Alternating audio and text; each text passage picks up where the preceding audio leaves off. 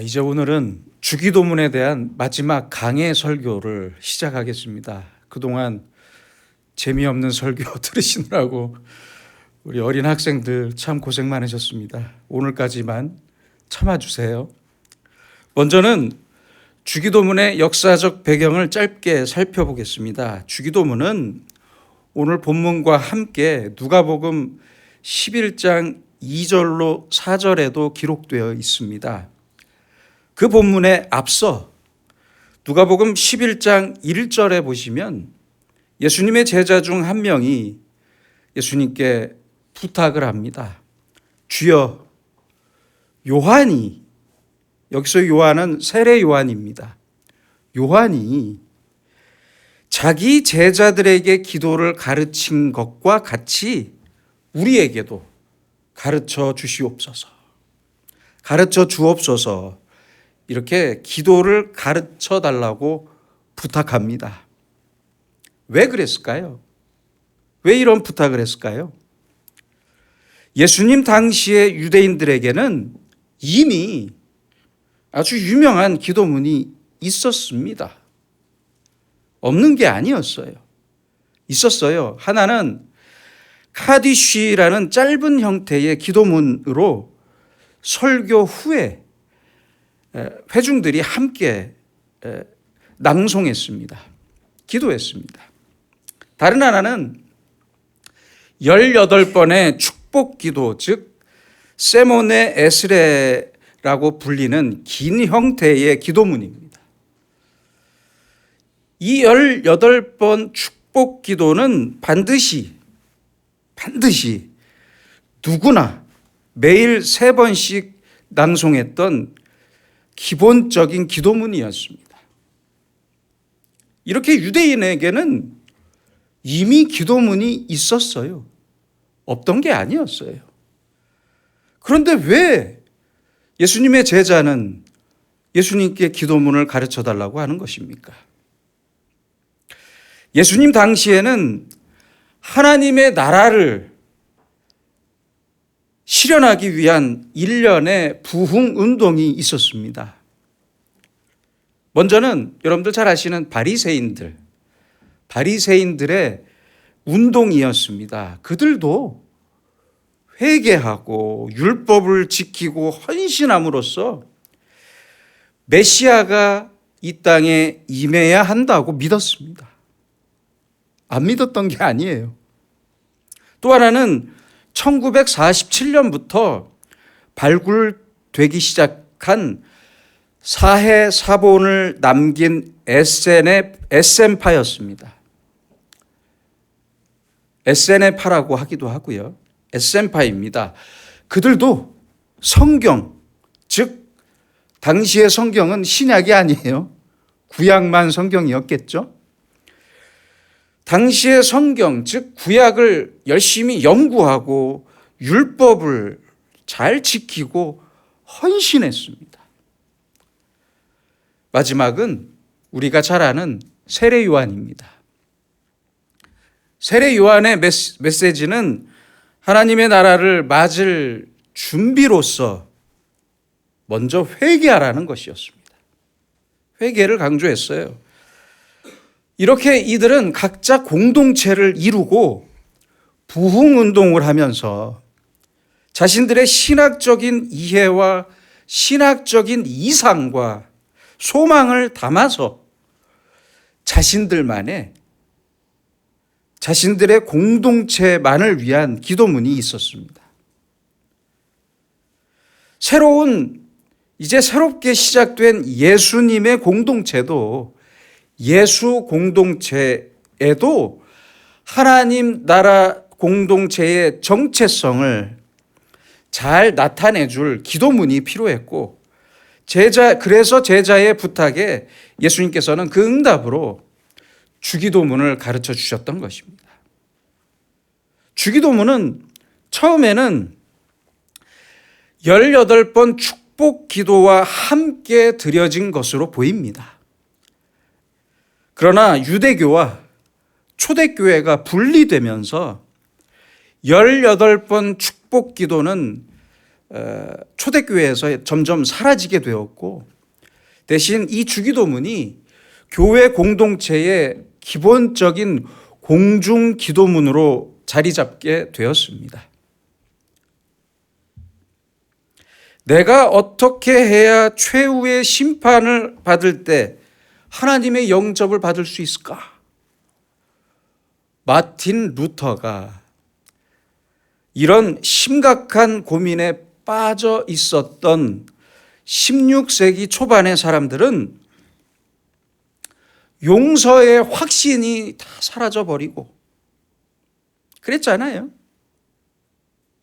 아니, 교회에서 면죄부를 팔 정도니까 돈 받고, 그렇죠? 용서에 대한 개인적인 확신이 다 사라져버리고, 그래서 죄책감으로 인해서 구원에 대한 불안감이 그 사회에 나라마다 증폭되었습니다. 그랬어요. 그래서 그 결과로 미사와 성인 숭배 등에 대한 아주 광적인 몰입을 시작하게 되었습니다. 촉발했습니다. 예를 들면, 놀라지 마세요. 독일의 비텐베르크에서는 1년 동안 64명의 신부가 무려 2시간 반이 걸리는 미사를 8,881번 드렸습니다. 역사적 사실입니다. 상상이 가십니까? 쾰른에서는 11개의 대학교와 22개의 수도원, 19개의 교구 교회와 100여 개의 예배당에서 매일 1,000번의 미사가 열렸습니다. 상상이 가십니까? 현재적 구원에 대한 확신이 완전히 사라진 사람들에게 이제 남은 것은 광적인 형식, 그리고 껍데기만 남아있을 뿐이었습니다.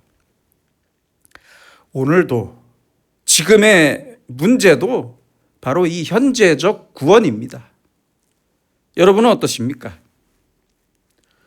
오늘 주님께서는 시험에 들게 하지 마시옵고라는 우리가 살펴봤던 소극적인 기도를 뛰어넘어서 이제 오늘은 더 적극적인 기도를 가르쳐 주십니다.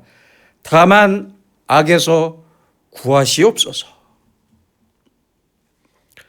7번째 간구인 이 기도는 구원을 간구하는 기도입니다. 이것은 종말적인 저 마지막 구원과 함께 바로 오늘 지금의 현재적인 구원을 위한 간구입니다. 예수님께서는 하나님 나라에 들어가는 실제적이고 종말적인 기도와 함께 바로 지금, 바로 오늘의 구원을 구할 것을 가르치셨던 것입니다. 우리가 마지막 남은 거친 숨을 내쉬면서 이 세상을 떠나는 바로 그때 하게 될 임종 기도의 마지막 간구인 동시에 날마다 구해야 할 현재적 구원을 위한 기도입니다. 과거적인 구원은 예수님의 십자가로 이미 이루셨습니다. 그렇죠? 또한 저 앞에 있을 미래적이고 종말적인 구원을 우리는 분명히 믿고 살고 있습니다. 그렇잖아요. 문제는 바로 오늘입니다. 오늘의 구원이 문제입니다. 매일의 삶 속에 있는 그 많은 시험과 악으로부터 계속적인 구원을 받아야만 하고, 이를 위해서 우리는 매일 기도해야 합니다. 그렇다면 예수님께서 말씀하신 악은 무엇입니까? 예수님께서 친히 말씀하셨습니다. 누구라도 천국 말씀을 듣고 깨닫지 못할 때는 악한 자가 와서 그 마음에 뿌려진 것을 빼앗는다 말씀하셨어요.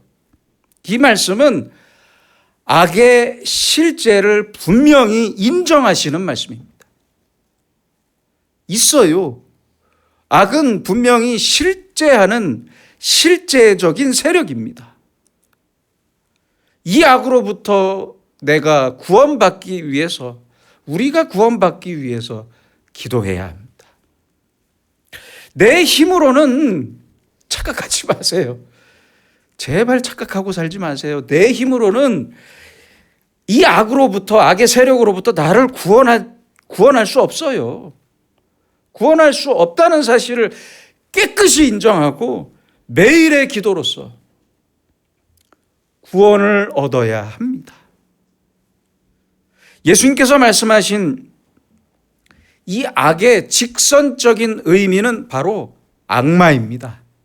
예, 마귀, 사탄, 악마예요. 바울도 에베소서 2장 2절에서 말씀했습니다. 공중의 권세 잡은 자, 곧 악마의 세력, 사탄의 세력을 말씀하셨던 것입니다. 이것은 단순히 우리가 생각할 때 이상현상이나 병이 드는 병리적 현상이나 심리적인 현상이 아닙니다. 아니에요. 예수님께서는 분명히 귀신을 내쫓으셨고 제자들에게도 귀신을 내어 쫓으라고 명령하셨습니다. 그러나 현대인들은 이것을 통 믿으려고 하지 않아요. 그렇잖아요. 관심도 없어요. 심리적인 현상으로만 생각합니다. 그래서 역설적으로 오히려 악의 종이 되어버리는 안타까운 일을 볼 수 있습니다. 마틴 루터의 기록에 의하면 그는 직접 마귀를 보았어요. 그리고 싸웠습니다. 그래서 루터는 악으로부터의 승리가 진정한 구원을 이룬다고 믿었습니다. 여러분, 한번 생각해 봅시다. 행복한 병은 있을까요? 행복한 병은 있습니다. 병 때문에 성경 읽기 시작한 사람들 많다니까요. 제가 저번에 말씀드렸잖아요.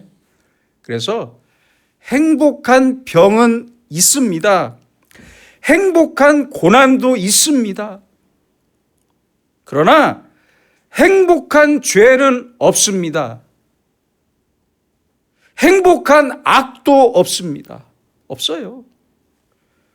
병과 고난을 통해 우리는 성장할 수 있고 더 큰 행복을 얻을 수도 있습니다. 그러나 죄는 행복을 끝까지 파괴합니다. 나와 내 신앙을 완전히 파괴합니다. 악은 그래서 끊임없이 죄를 생산하고 죄를 죄인지도 모르게 만들고 죄를 성장시킵니다. 그것으로 인해 나는 영원히 악과 죄의 종이 되고 맙니다. 그래서 어거스틴은 이런 기도를 했습니다. 주여, 나를 나 자신으로부터 구원하소서. 사도 바울은 이렇게 울부짖었습니다. 오호라, 나는 공고한 사람이로다. 자기 자신을 가리키면서 이렇게 기도했어요. 베드로는 이 악한 세대 안에서 마귀가 우는 사자같이 두루다니며 삼킬 자를 찾는다고 말씀하고 있어요. 그러므로 우리는 내게 있는 이 악한 마음을 반드시 깨달아야 하고 인정해야 하고 악한 세대를 살면서 우리를 삼키려고 하는 마귀의 세력을 알아야 하고 분명히 알아야 하고 그를 위해서 여기서 구원해 주시기를 위한 기도를 매일 해야만 합니다. 또 열심히 기도해야 합니다. 그렇다면 하나님께서는 매일의 악으로부터 우리를 어떻게 구하시는 것입니까? 어떻게 구원하시는 겁니까? 첫째는 하나님의 능력과 섭리로 직접 건져 주시기도 하고 피할 길을 열어 주시기도 합니다.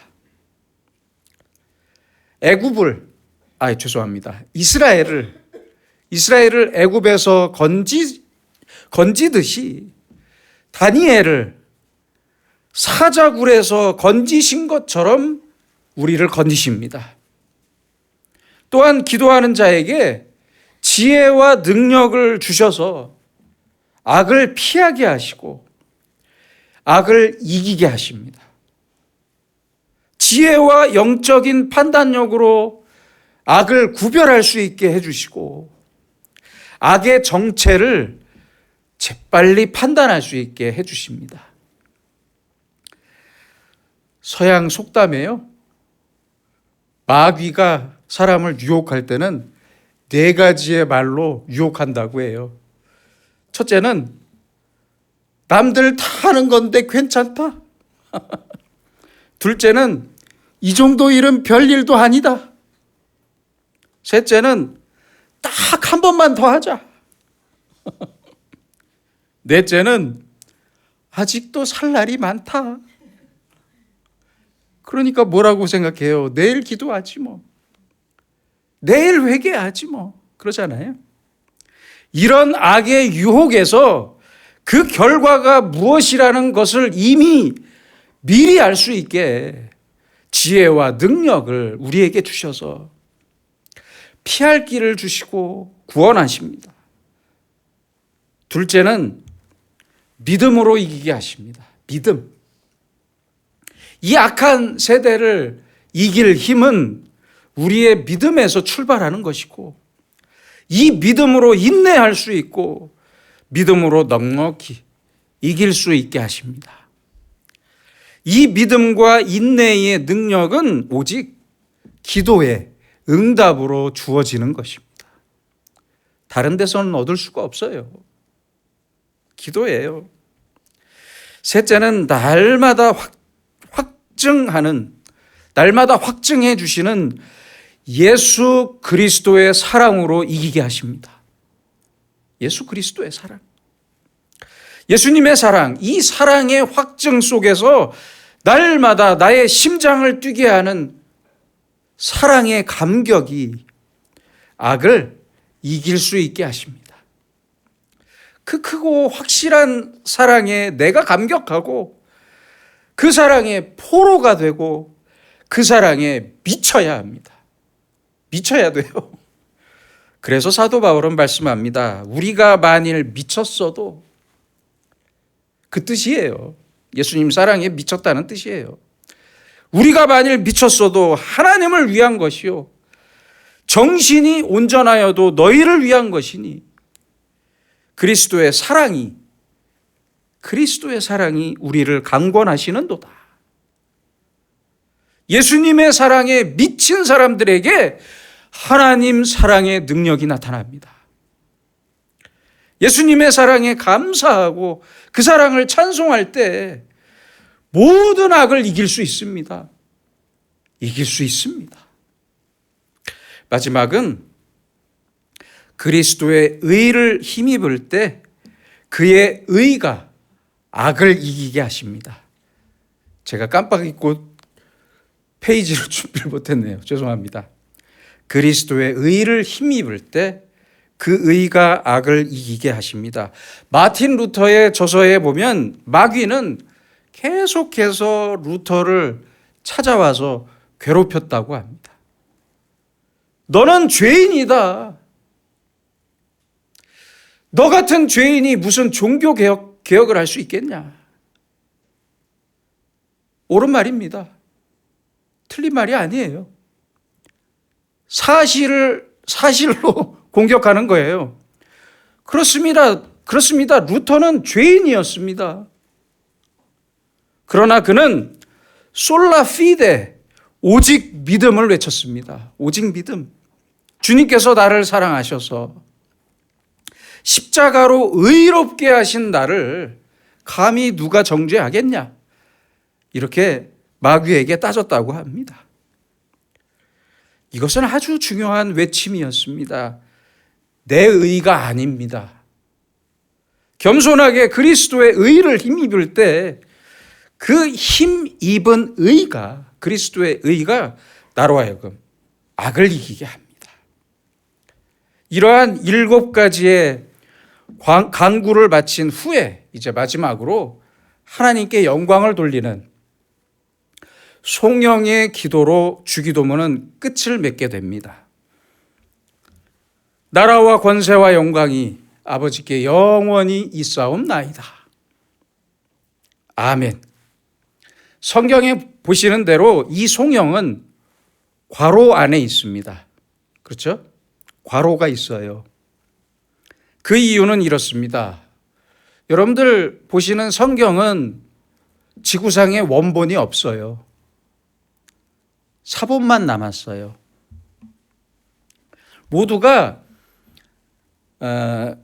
손으로 필사한 사본입니다. 더 오래된 고대 사본에는 이 송영이 없었어요. 송영이 없고 그 후에 기록된 것으로 생각되는 사본에만 있기 때문에 아마 원본에는 이 송영 부분이 없을 것으로 생각해서 괄호 안에 넣은 거예요. 그렇다면 여러분, 원문에는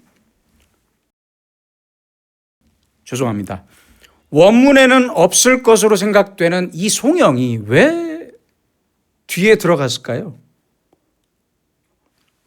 신학자들은 몇 가지로 추측합니다. 첫째는 사본을 필사하던 사람이 이 예수님께서 가르쳐 주신 이 주기도문이 너무 감동을 받아서 이 주기도문에 감동을 받고 감격해서 자기의 신앙 고백을 임의로 첨부했을 것이라는 생각입니다. 둘째는 사본을 필사할 당시의 교회에서는 모두 주기도문을 암송했습니다.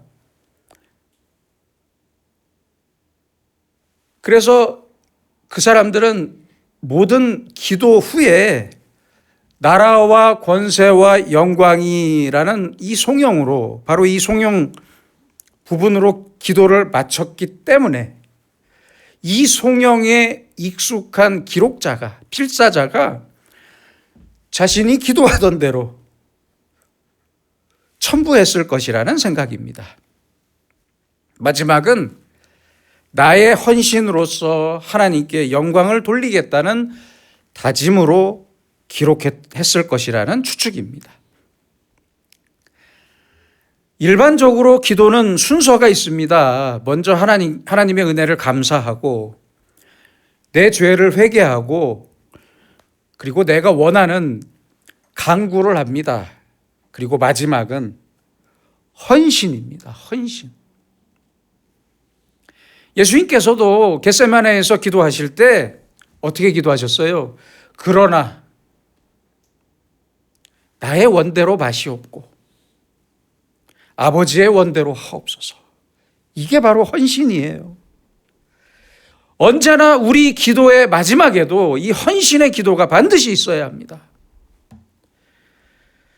내가 소원하고 간구하는 기도 제목만 쭉 나열하고 나서 이렇게 해 주실 줄 믿습니다. 아멘 하고 기도를 끝내는 분들도 있는데요. 이것은 아주 대단히 잘못된 기도입니다. 그렇게 기도하지 마세요. 언제나 하나님께 기도할 때는 겸손해야 합니다. 겸손. 그래서 우리도 예수님처럼 기도해야 합니다. 하나님, 지금까지의 간구는 내 소원일 뿐입니다. 이 소원을 이루어 주시길 위해 기도했습니다. 그러나 내 뜻대로 마시옵고 아버지의 뜻대로 인도해 주시옵소서. 실패하는 것이 내게 유익하다면 실패를 받아들이겠습니다. 그렇잖아요. 병에 걸렸습니까? 이렇게 기도해 보세요. 더 누워 있는 것이 하나님의 뜻이라면 더 누워 있겠습니다. 왜 이렇게 기도를 못하는 것입니까? 지금 당장 낫고 싶겠지만 하나님의 뜻이 있겠죠. 그렇잖아요. 주님께서 원하시는 때에 나를 낫게 해주세요. 이렇게 기도합시다. 내 자녀가 올해 시험에 꼭 합격하길 원합니다. 그러나 올해의 시험에 떨어지더라도 감사합니다. 왜 이렇게 기도를 못하는 겁니까? 기다리겠습니다. 오직 내 자녀를 통해 하나님의 뜻을 이루어 주세요. 기도는 이래야 하는 것입니다. 이것이 하나님을 향한 겸손이고 우리의 헌신입니다. 결국 헌신은 그대로가 나의 신앙 고백이 되기 때문에 하나님께 영광을 돌리는 기도가 돼야 합니다. 그런 의미에서 이 송영이 첨부되었다고 생각해 볼 수 있습니다. 이제 내용을 하나씩 살펴보겠습니다. 먼저는 나라입니다. 헬라어로는 바실레이아이며 영어로는 킹덤입니다. 하나님의 나라와 과거, 현재, 그리고 미래의 모든 왕권이 영원히 하나님의 것이고 우리는 하나님 나라의 백성입니다라는 뜻입니다. 다음에 권세는 헬라어로 디나미스이며 영어로는 파워입니다. 우리는 기도할 때 하나님의 파워, 하나님의 능력을 전적으로 신뢰하며 기도해야 합니다. 모든 것이 가능하신 분이라는 고백과 자세로 기도해야 합니다. 그런데 어떤 사람들은 기도할 때 그렇죠. 이렇게 기도한다고 될지 안 될지 모르겠지만 일단 한번 기도해 보겠습니다. 이런 마음으로 기도한다면 그 기도를 듣는 하나님께는 큰 모욕이 됩니다. 모욕. 그렇잖아요. 마가복음 9장 22절에 보면 귀신 들린 아이의 아버지가 예수님께 왔어요. 그리고 이렇게 부탁하잖아요. 무엇을 하실 수 있거든. 무엇을 하실 수 있거든 우리를 불쌍히 여기사 도와주옵소서. 이렇게 요청합니다. 그러자 예수님께서 뭐라고 하십니까? 할 수 있거든이 무슨 말이냐? 믿는 자에게는 능히 하지 못할 일이 없느니라. 이걸 믿고 기도해야죠. 그렇잖아요. 이루어 주실 줄 믿고 기도하셔야죠. 믿는 자에게는 모든 일이 가능하다고 예수님께서 말씀하셨습니다. 그러므로 우리는 기도할 때마다 아버지께는 모든 권세가 있고 능력이 있고 아버지는 모든 것이 가능하십니다. 이러한 분명한 고백과 함께 하나님의 힘을 믿고 능력을 믿고 권세를 믿고 기도해야 합니다. 다음은 영광입니다. 헬라어로 독사이며 영어로는 glory입니다. 모든 영광은 하나님께 있습니다. 나에게 있는 게 아니에요. 하나님께만 있습니다. 그래서 우리의 기도도 하나님께 영광을 돌리는 것이 되어야 합니다. 내 욕심이나 내 정욕만을 늘어놓고 끝내는 기도는 절대 올바른 기도가 될 수 없어요. 우리가 구하는 모든 것의 궁극적인 목적은 오직 하나님의 영광을 위한 것이어야 합니다. 이 영광을 칭찬이나 찬송으로 바꿔서 생각하면 쉽게 알 수 있습니다. 나를 통해서 하나님께 칭찬이 돌아가고 나를 통해서 하나님께 찬송이 돌아가기를 원하며 기도해야 합니다. 나의 인격, 내 삶의 모습, 내가 구하는 모든 것을 통해서, 내 소원을 통해서도 하나님께 칭찬이 돌아가고 하나님의 이름이 찬송받으시길 위해 그 마음으로 기도해야 합니다. 다음은 영원히입니다. 헬라어는 아이온이고 영어는 forever입니다. 이 영원이라는 말은 저 미래만이 아닌 저 과거와 현재와 저 끝이 없는 미래를 전부 모두 관통하는 단어입니다. 세상의 모든 일들 속에서 살고 죽고 병들고 고난받는 생사화복 속에서 하나님의 나라는 영원히 영원할 것이고 그 권세도 영원하시고 영광도 영원토록 하나님의 것이라는 아주 귀한 신앙 고백입니다.